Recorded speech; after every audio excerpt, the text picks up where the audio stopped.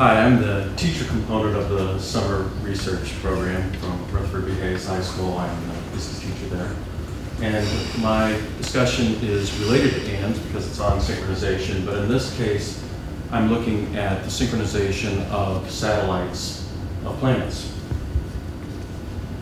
The main thing that I'm trying to model is the so-called great resonance of the three inner satellites of the four large satellites of Jupiter, Io, Europa, and Ganymede.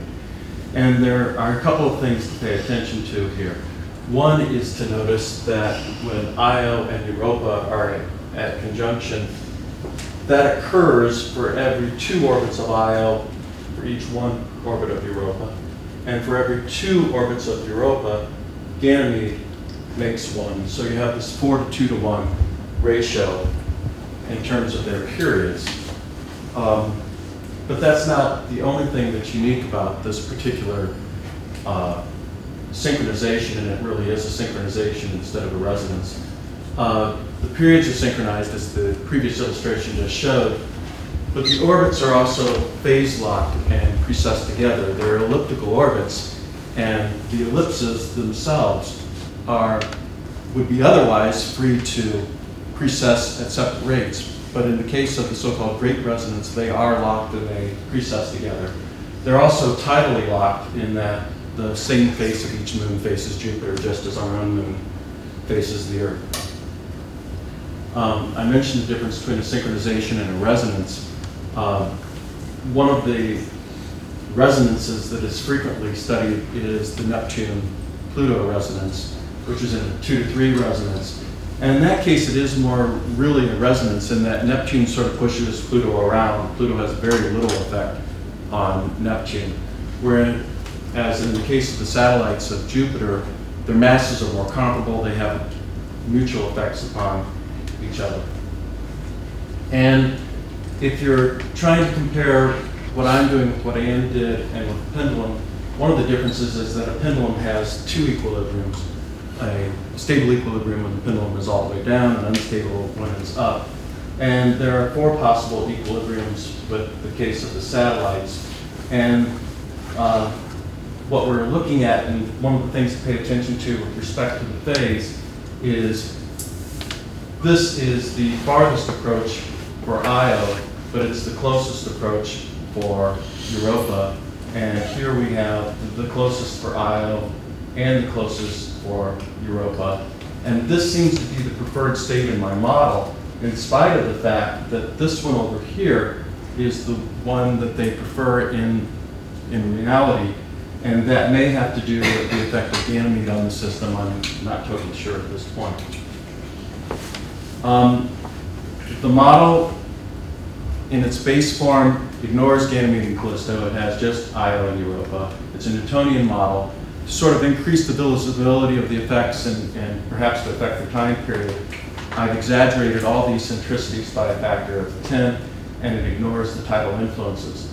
But while I'm on this slide, I think it's important to see how I sort of loaded the initial conditions later in some of the graphs. You'll see why this is important. Unlike the conjunction slides that I showed before, here I've got Europa at its farthest point over here at 90-degree displacement from Io. And the thing to keep in mind is that the satellites orbit, compared to the time scales I'm looking at fairly quickly, even the smallest detail that you're going to see on some of the later plots is about 100 orbits. And so the main thing that I'm looking at is not what the satellites are doing, but what the ellipses are doing as they precess or librate back and forth. The real Galilean satellites, I said, are phase locked, but the model orbits, they librate.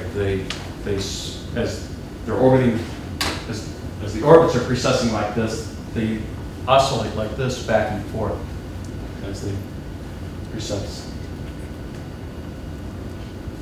And we get a lot of really, really strange behaviors. The plots that you're seeing are plots of just where the closest approaches are. So you're not looking at what the planet again, or the satellite is doing again. You're looking at what the closest approach is doing over time. And there are these large sweeping, whoa, that's not what I wanted. There are these large sweeping behaviors, and while Europa is sweeping around like this, Io is sort of looping backwards, and then when Io sweeps, then Europa sort of sweeps looping backwards. So there's this exchange in behavior back and forth. And one of the things that I looked at was the effect of the phase shift, the initial conditions phase shift, whether or not it was close or far away. On the left, you're seeing a 15-degree initial phase shift. On the right, you're seeing a 150-degree phase shift. And when I change these things, the farther away you are from 0 degrees, it changes the eccentricity of the orbits. That's the main response that it has. So that changes the distance of the closest approach from Jupiter by about this much. So this variation is a change in the closest approach to Jupiter. You're seeing very little detail, or so it appears, at 15 degrees, a whole bunch of detail at 150 degrees. Closer examination does reveal that there's quite a bit of fine structure. If I go back, you might notice that it's not perfectly round. There's this little angular region there. And so this is a close-up approach, or a close view of it. And these little loops take on the order, each of the individual loops is about 100 orbits. This is the results of the type of pattern you see at plus or minus 30 degrees. And there's not only that small scale pattern, there's a very, very large scale pattern, and that pattern itself also moves around with time. At 30 degrees, you're not seeing a huge difference there. Oh, I guess this is, yeah, up here. And so this is actually more like 150, I think. You're not seeing a big effect in terms of Io's orbit, but you're seeing these huge monster patterns in Europa's. And this is the true 30 degrees from where we were before. This is a different situation on the other side. The other one's more like 150. I don't know if you noticed, I got closest approach up there, or before it was closest and farthest. So this is the similar pattern at 30 degrees, but it's got a little bit more stuff going on. And what this little type loop is here is actually, there's the small scale looping, and then it does sort of an omega around, and then it goes through, while Io is doing this big,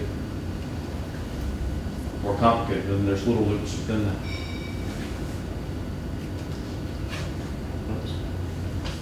What to do?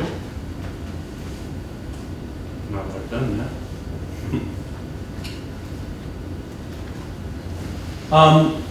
There are some analogies with the pendulum. One of them is the mass of the planet can be varied in the model. It's a little harder to do that with real Jupiter, but in the model it can be changed quite easily, and you can see how that acts like a coupling constant.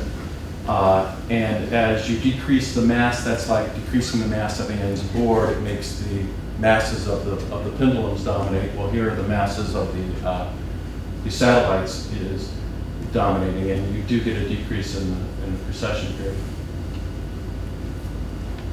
And the large precession pattern period also is affected by the mass.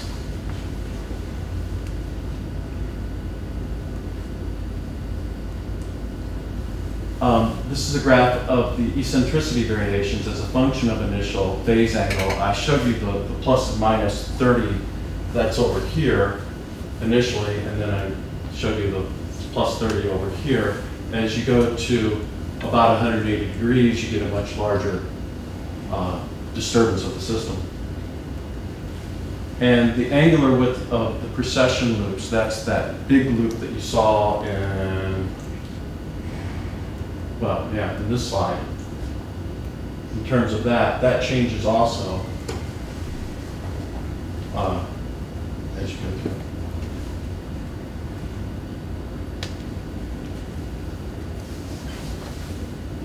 Okay, just some other things. The neutral perturbations cause variations in the eccentricities. I've said that. And one of the neat things is if you change the orbit slightly, kick them slightly out of their conjunction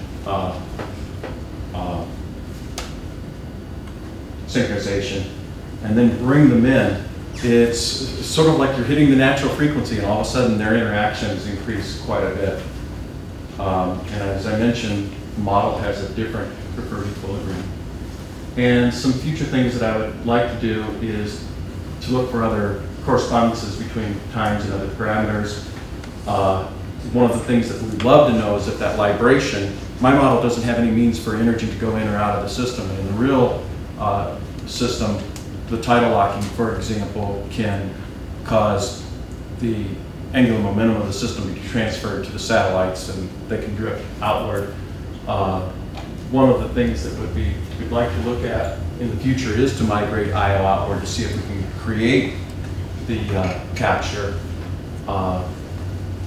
But in terms of the phase thing, it will dampen it. I'm watching these phase librations go around. I'm seeing the difference in behavior based on initial conditions.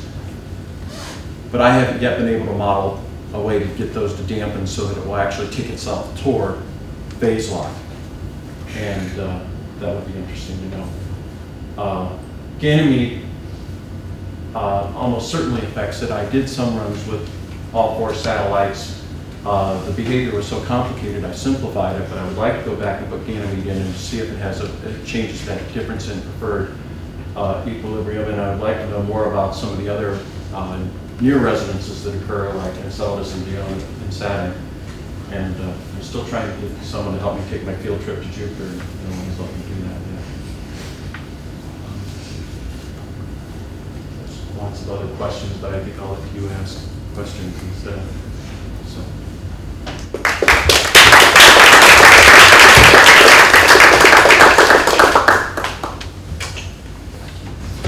Any questions? Yes. Is there any experimental data available that either directly or that you could massage somewhat to compare with your model predictions? Yes and no. The main experimental data, of course, is to observe the systems themselves. And as I said, Jupiter the reality is more complicated, not only because of Ganymede and Callisto, there's all the other interactions between planets and the minor satellites as well. And so I've tried to model a more simple situation. Ultimately, everyone would like to know, how does this come to happen? Why do these resonances, synchronizations occur in nature, and what happens first? How stable are they? And some systems like Enceladus and Dione are more pure to the model, but they also aren't to the degree of synchronization of the Jupiter one. So there's no perfect one. Maybe in some of the exoplanet systems we'll see something. Gliese, what is it? One of the exoplanets has a 2-to-1 synchronization. Any other questions? Okay. Thank you.